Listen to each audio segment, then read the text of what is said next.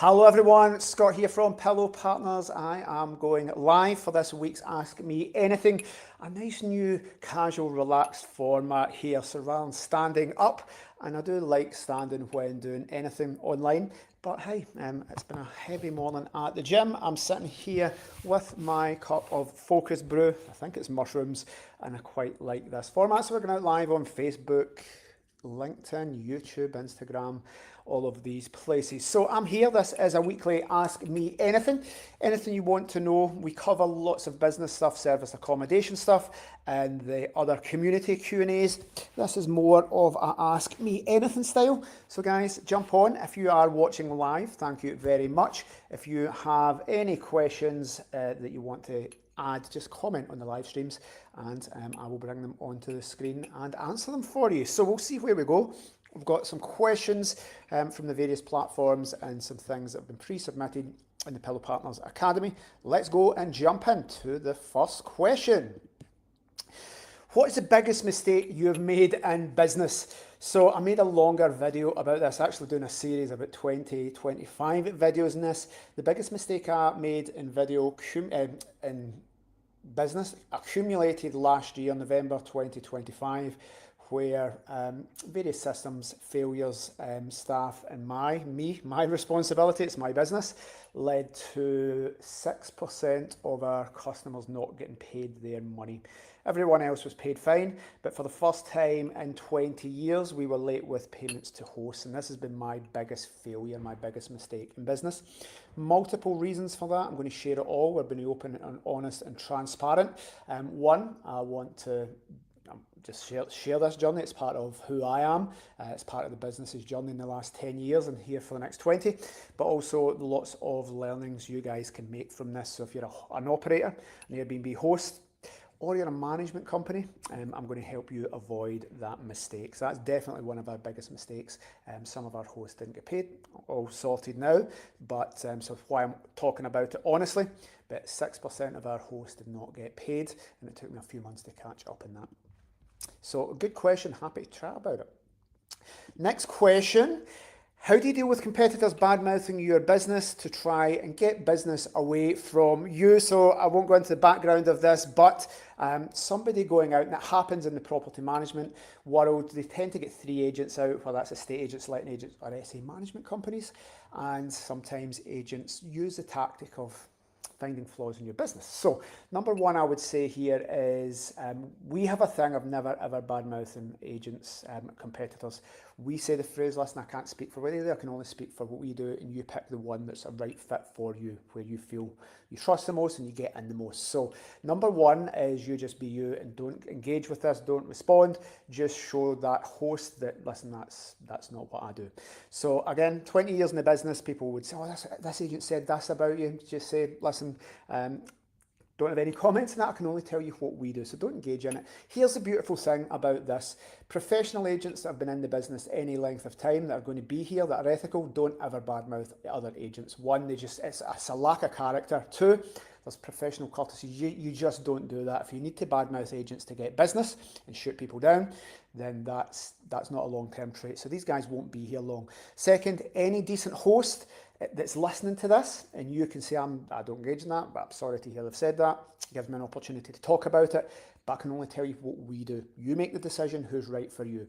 If it's a host that goes with that agent that's bad-mouthing and being a little bitch, then that is going to be a host that you don't want. So good hosts, ethical people that you want to work with, people on the same wavelength as you, won't go with bad agents. So the fact your agent is bad-mouthing you is a good thing, because they'll mop up all the bad hosts, and any decent person with character, with any sense of value, would say, I'm not going to go with the agent that's using those tactics and being a little bitch. So deal with it, just be you, and the clients will come to you. Next question. If I'm new to property, what's the best strategy to get into? I have limited funds, but keen to be successful, very keen to be successful. So for me, the best strategy in property is property management. If you've got limited funds, let's say £10,000, and you're going to set up a rent to rent or 2 rent to rents, making you £1,000 a month, lots of risk, lots of commitment. A property management business is the best strategy. I've done that for 20 years. Guys, for less than £10,000, you can do it and have a year's worth of operating capital if you're joining us. So I am biased towards this because we are always looking for partners to come under our brand and help set you up a property management company under your name, even build your own brand. But for me, I cannot see another thing. If you've got limited funds, there's no better management with us. It's better than rent to rent. Saving up deposits and building your own wealth is good in the long term, but if you have limited funds and are very, very keen and enthusiastic to be successful, property management is the one for you, and I've never seen a better business model.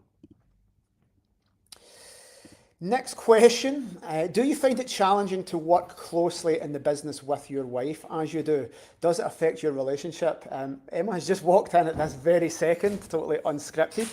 So do you find it challenging to work closely in business with your wife as you do? So Emma and I, co-founders of the business, I do not find it challenging at all. We got married last year. The fact that we are married, we never argue. Does it affect your relationship? Absolutely doesn't. It makes it stronger. We're building a dream together. I do understand where this question is coming from, because if your partner is not invested in your dreams and your business, it's going to cause conflict. Emma and I support each other. Her success makes me buzz. My success makes her buzz. But where there's a little bit of a disconnect with couples, where one person's starting to leave employment and do really well, that other person might resent that. Sometimes your biggest critics are in your family. So it doesn't affect Emma and I. It makes us stronger. We have picked each other for this very reason. So it does affect our relationship. It makes it a lot better. So I have manifested that life, and I'm sure Emma has as well. So if you're in that position where your partner isn't supporting, and there's a few different webinars on that, just email me marriage or message me marriage and I'll send you the webinars on that. But you do want a partner that supports your dreams, otherwise it will drive a wedge between you longer term. Next question.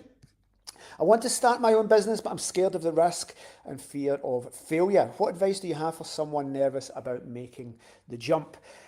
This came up based on a conversation, and I'm answering it here to the public because I answered it privately.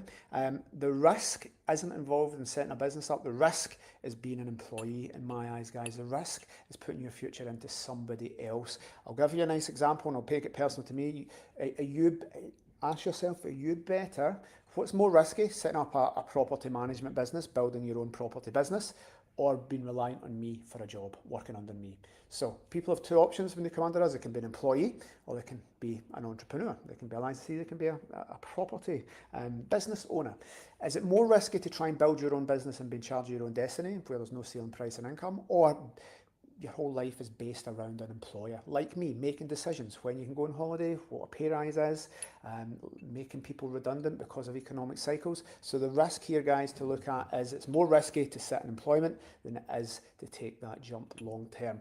Hard to see that as an employee, but once you make that jump, speak to entrepreneurs. Every entrepreneur will tell you that. So if you are nervous, it's much better to be in charge of your own destiny. That will override the nerves to build a life that you are in control of, rather than Andy Burnham at the government, rather than a boss and an employee or a big department in a big business or a government thing that's just going to make redundancies. Next question. How much money would I realistically need to get started in service accommodation or Airbnb? So if you're going to be buying property, well, you're probably going to need 30% of a deposit. So that's based on the property that you want to buy, 30% of that, and the bank and funders will lend you 70%. If you're looking to start a business, let's say rent to rent, I'd say £5,000 to £10,000. I'd said in a previous question on this live stream, the best service accommodation business you can possibly have, guys, is a management business, giving value to other hosts who have the money for the deposits, who have these properties. So for me, you can, for £6,000, you can set up a property management business with the full support of us. So I think less than five grand, you're going to have a year's worth of operating costs. So for less than £10,000, guys, you can have a business that could go on to earn £40,000 in its first year for £10,000. That is the best investment you'll ever make. Rent to rents will never beat that. Next question. I've heard you say before that few people are suited to service accommodation. What makes a good host or a good property manager? So I've said many times that people jumping from being buy-to-let landlords and then using the same property under a different strategy, service accommodation, very few of those guys, I'd say 5%, are actually suited to being hosts. Buy-to-let is property. Service accommodation is hospitality and customer service. It's a different mindset, it's different financials and cash flow required. So what makes a good property manager? I will share our recruitment process for that, because we measure 4 factors. You fill out a little survey, ask survey, comment survey or DM me survey, and I'll give you this exact tool and you can see what the criteria is. There's 4 different factors. Number 1 is the amount of time that you've got to dedicate to this. Number 2 is the experience you have. Number 3 is mindset. Number 4 is money. How much money do you have for your business? So, or your cash flow. If you want to see how we do this, those 4 things will give you a score out of 100. What makes a good property manager? The most important one for me is mindset. We can teach you property management. You don't need experience. Our framework teaches you. We can tell hosts how to do it, or our property managers can manage it for you, and you don't need to make decisions. Biggest thing for me, the determining factor, is mindset. It's what I view most important across those 4 factors. Just message me survey and I'll give you that actual survey and you can see what we do. Next question. What is your most successful region in the UK? So I record this just outside of Glasgow, and our most successful region in the UK, probably a mix between our original area, which is Ayrshire, and my wife's area, which is Greater Glasgow Renfrew. So these areas do fantastically well. And bear in mind, these are in licensed areas, guys. So these areas here, it's much more challenging as it may be south of the border. More barriers to entry, but that makes it a very good business. So anything around Ayrshire and Glasgow is our most successful regions. It's where our core team are, and we have 2 offices there. We've been operating in these areas for 20 years. It's a great question. Next question, if you had to invest in a service accommodation property, where would you do it, Scott? Well, that is nice and simple based on the last question. I would do it in Ayrshire or Greater Glasgow area. Why? Because my wife would be managing it if it's Greater Glasgow. My Edith and the Ayrshire team would be managing it if it was in Ayrshire. So I would want my core team here. I know it's got proven results. We're close to it. We know the market very well. If you are not on the west coast of Scotland, reach out because my answer would be different based on whereabouts you are, because my property managers would answer this. We've got a team of people across the UK.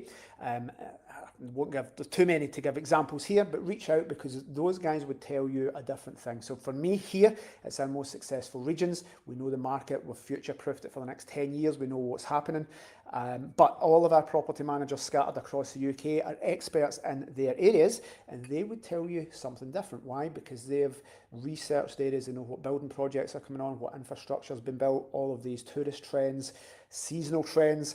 So if you're looking for something a little bit different, rather than just you don't want to go anywhere, you want to go in your home area, speak to our property managers and they'll tell you what is best in your location.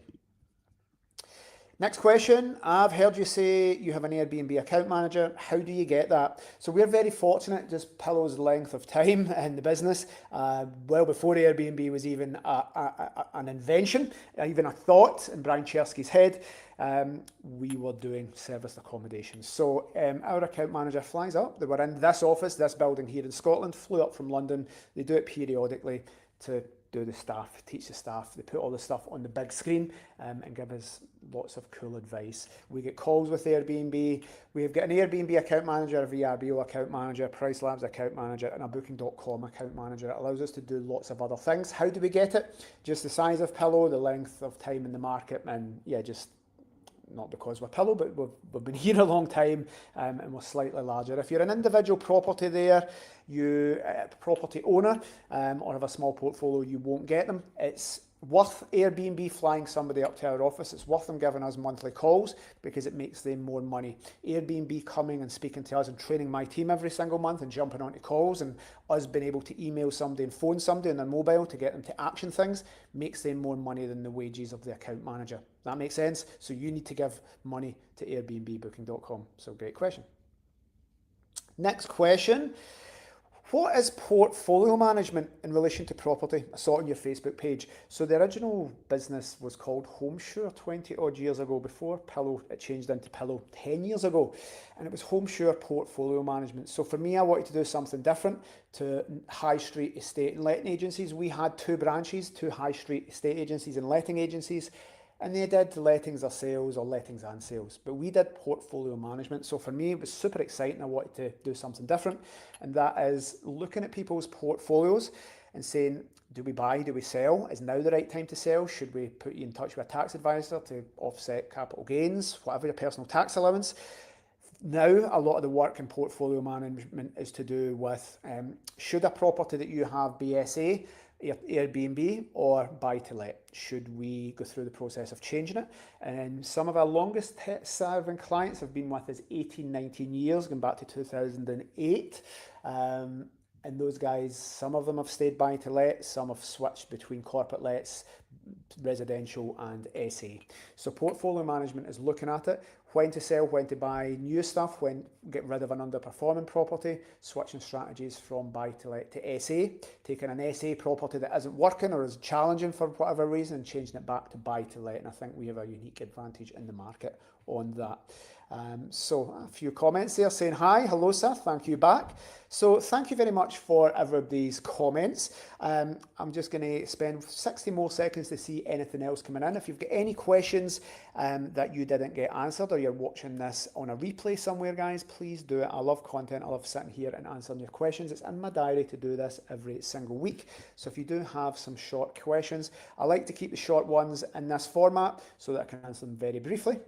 But if you've got anything a little bit more in depth, email me over a DM wherever you see this, Academy, and I do lives in our service accommodation business academy. You can ask more in-depth questions and we'll give personal responses that don't go out everywhere. So it's a little bit more of a private, exclusive community. If you're interested in setting up a property management business with the full support of us, all the technology, all the staff, all the team, your Airbnb, Booking.com and VRBO account managers, message me over partner and we'll give you the details about that. And if you're just a host that would love to work with one of our team, then we would love to. That's our bread and butter, is managing properties. We would love to work with you. And the back of my jumper, I'm not going to get up, it says stronger together. I genuinely believe a host coming with us would make more money, work less and have less stress and be able to deliver a much better level of service to the guests at the end. So guys, thank you to everybody's questions and I will see you again next week on the Ask Me Anythings.